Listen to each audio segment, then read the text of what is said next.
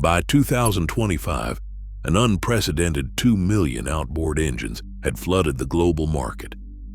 Engines that once drove a pandemic-fueled boating boom now sat stranded in dealer lots and on auction blocks.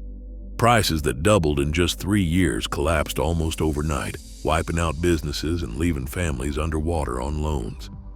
How did a dream economy for manufacturers turn into the steepest market crash the marine world has ever seen? And what unseen forces set this disaster in motion?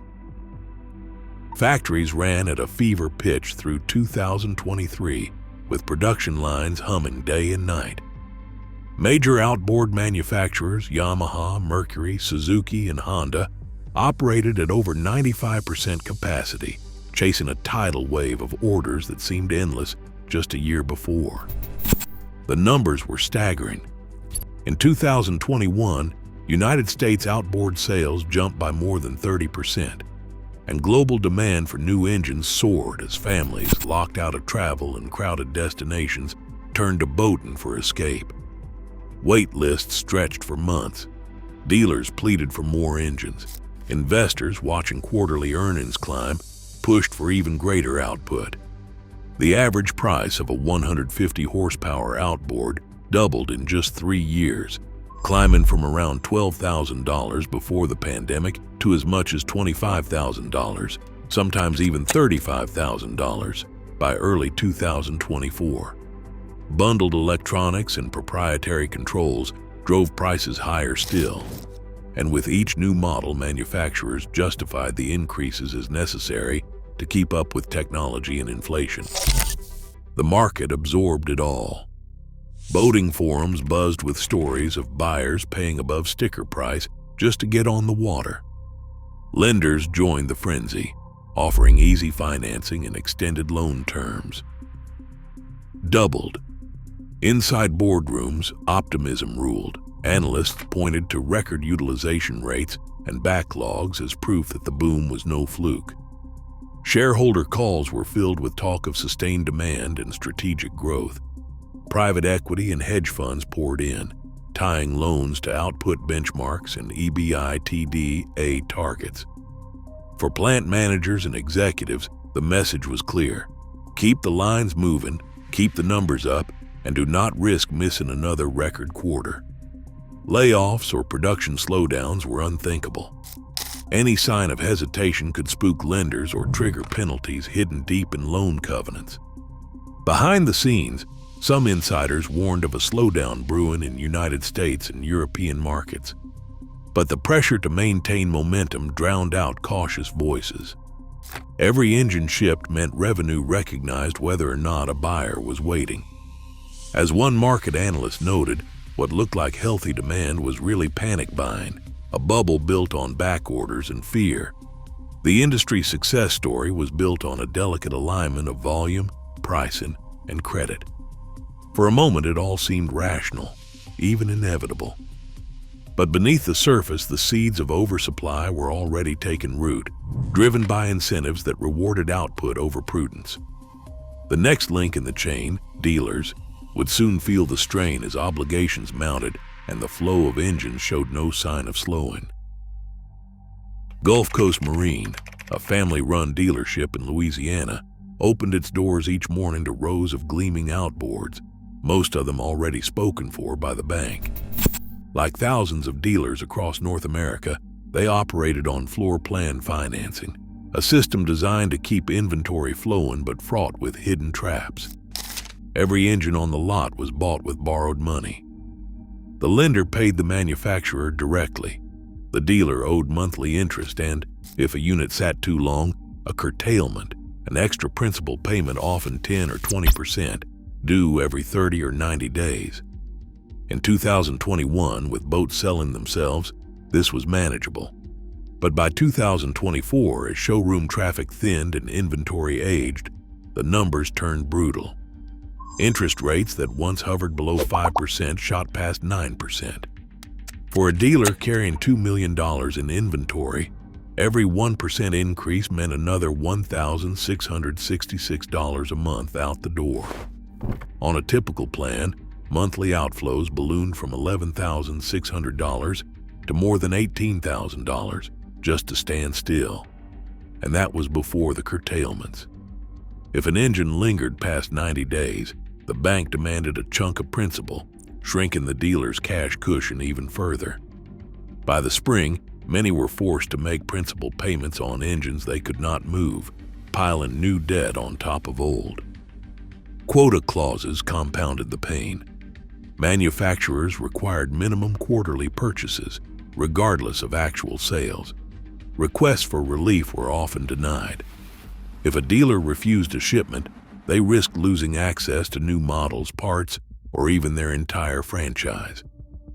The result was showrooms filled with engines nobody wanted, and a cash flow spiral that grew tighter each month. By March 2024, Gulf Coast Marine was burning through reserves. The owner, who had signed a personal guarantee on the floor plan, watched as interest and curtailment notices stacked up. He tried to negotiate with the manufacturer's representative, but the answer was always the same: take the next truckload or risk losing the line. The bank, meanwhile, increased audits, checking for missing inventory and threatening acceleration if payments slipped. Dealers across the region echoed the same story. Floor plan debt doubled as sales halved. Some tried to cover shortfalls by delaying payments or selling engines out of trust, using proceeds to keep the lights on a little longer. But the math was relentless. Each month brought new fees, higher minimums, and less margin for error. The system that once fueled growth had become a trap. By April 2024, Gulf Coast Marine missed a curtailment. The lender called the note, demanding full repayment. With no way to make good, the owner filed for bankruptcy. Within weeks, liquidators arrived. Engines sold at auction for less than half their cost, flooding the used market and deepening the crisis for those still standing. The collapse was not sudden. It was a slow squeeze, one interest payment, one forced shipment, one broken promise at a time. Auctioneers in Miami barely kept pace as engines rolled across the block, one after another, hundreds each day. The air was thick with tension, dealers, creditors, and liquidators jostling for position, scanning lot numbers, whispering about who might go under next. Florida and Texas led the wave, with back-to-back auctions moving so much inventory that even seasoned brokers struggled to keep track. In June 2024, the Miami Marine Assets Auction processed over 600 late-model outboards in a single event. Some engines had never touched salt water, still wrapped in factory plastic. Their original manufacturer suggested retail price tags listing $20,000 or more. Hammer prices averaged just $7,800.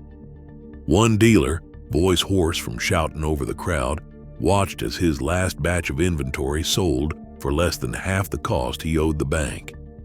He muttered that it was like watching his life's work get sold for scrap, eyes fixed on the auctioneer's gavel. For others, it was a chance to scoop up engines at fire sale prices, but the mood was far from celebratory. Every sale reset the market lower. Within days, listings on Boat Trader and Craigslist exploded, used outboard ads up 160% since 2023, according to industry trackers. The numbers told the story more brutal than any rumor. Dealer inventories across the Gulf Coast and South Florida hit 10-year highs. Assets once seen as liquid, outboards, trailers, even whole boats, became dead weight on balance sheets. Liquidators moved fast, sometimes clearing entire dealer lots in a single afternoon. Bidders came from as far as Georgia and Alabama, hoping to flip engines for a quick profit, but most left empty-handed or with units they would struggle to resell. Bulk lots, sometimes 50 or 100 engines at a time, drew the most attention. One foreign broker snapped up a 60-engine lot, paying less than $500,000 for inventory that had cost over $1.2 million to assemble just a year earlier. Auctioneers rattled through the numbers with practiced speed, barely pausing between lots. The pace was relentless. Engines moved from warehouse to warehouse, prices cascading downward with each sale. For the dealers who remained, every auction set a new, lower benchmark. What sold for $9,000 on Monday fetched $7,200 by Friday. The feedback loop was immediate. More bankruptcies meant more auctions. More auctions meant more inventory dumped onto a saturated market. Mechanics and small-town shop owners watched the chaos unfold, knowing that every engine sold below cost made their own survival less certain. By midsummer, the used outboard market had become a race to the bottom. Price charts flashed red, depreciation curves steepened, and the phone calls from lenders grew sharper. The crash was not just a headline. It was happening live in real time on the auction floor. Dealers, once pillars of their communities, now stood shoulder to shoulder with liquidators and speculators, hoping to salvage what little they could before the next wave hit. By late summer 2024, the auction floor was no longer the final stop for unsold outboards. Export manifests began to tell a different story that stretched far beyond U.S. borders. Container after container, packed with engines still gleaming from the factory, left ports in Houston, Savannah, and Seattle, bound for Malaysia, Vietnam, and Poland. Freight forwarders who specialized in marine cargo reported a near doubling of outboard container loads compared to the previous year. One veteran shipper described a surge of shell buyers, companies with little more than a P.O. box in the U.S., but a steady stream of purchase orders and a clear mandate: move inventory fast and move it far away. Customs records flagged an off-season spike in outboard arrivals at Port Klang and Dinghy, with regional distributors in Southeast Asia and Eastern Europe suddenly advertising late-model engines at prices that undercut even local dealers. Industry analysts traced the pattern. As the domestic glut grew impossible to hide, manufacturers quietly leaned on export channels to absorb the overflow. Engines that could not fetch half their cost at home were shipped overseas, often rebranded as remanufactured marine equipment to skirt local import restrictions or avoid warranty complications. The incentives behind these shipments were buried deep in dealer contracts and liquidation agreements. Legal filings and dealer interviews described rebate programs offering up to 25% off landed cost for every engine enrolled in an export initiative. Mechanics recalled loading up pallets of unsold stock, knowing the manufacturer would only take them back if they were marked for overseas resale. One freight expert summed it up: "We saw more outboards leave for Southeast Asia in 3 months than in the last 3 years combined." The paperwork always mentioned rebates, but the real goal was to get them off the books, out of sight, out of mind. Regional price indexes soon reflected the fallout. In Malaysia and Poland, used outboard listings tripled, and average resale values collapsed by as much as 30%. Local brokers, flush with American engines, slashed prices to clear inventory, igniting a global race to the bottom. The ripple effect was immediate. U.S. manufacturers managed to slow the domestic price freefall, but the global market bore the brunt. Analysts described it as kicking the can down the road, a temporary fix that masked the depth of the oversupply, while planting new seeds of instability overseas. Back in the U.S., spreadsheets tracking export volumes and rebate payouts told a story that press releases never would. Manufacturers protected their brand's reputation and floor prices at home, but the true cost was a worldwide reset. As one industry attorney observed, the export dump did not solve the problem. It just moved it somewhere else and made sure everyone would pay the price. James bought his outboard in 2023 for $20,000. He pictured weekends on the water with his kids, easy trips to the inlet, maybe even a little fishing on the side. By the summer of 2025, the same engine was worth just $8,000, if he could even find a buyer. The bank statement on his kitchen table still showed a loan balance of $15,000. The numbers didn't add up. He said in a flat voice that they used to take the boat out every weekend. Now it mostly sits. He said he couldn't afford the next service bill or the loan. Down the street, the local mechanic's shop was packed with boats waiting for repairs. Rows of engines sat idle, hoods open, diagnostic screens blinking with error codes. The real bottleneck was not labor, it was parts. For newer models, a failed ECU meant a wait of 4 to 6 months, sometimes more. Mechanics fielded angry calls daily, forced to explain that even simple fixes were stalled by back orders. The owner said they were telling clients 4 months minimum, and that was if their suppliers hit their marks. Some customers gave up storing their boats for the whole season. For James, the financial hit was only part of the story. Each week the boat sat unused, the sense of loss grew. He watched online listings pile up, each one pushing prices lower. Mechanics too felt the squeeze. With every delayed part, their reputation slipped, and loyal customers drifted away. The crash was not just numbers on a chart, it was missed summers, broken routines, and a growing sense that the market had left ordinary people stranded. Public statements from major outboard manufacturers in late 2024 painted a picture of calm adjustment. Phrases such as limited supplier realignment and strategic inventory optimization appeared in press releases, sidestepping any mention of layoffs, bankruptcies, or the true scale of unsold engines.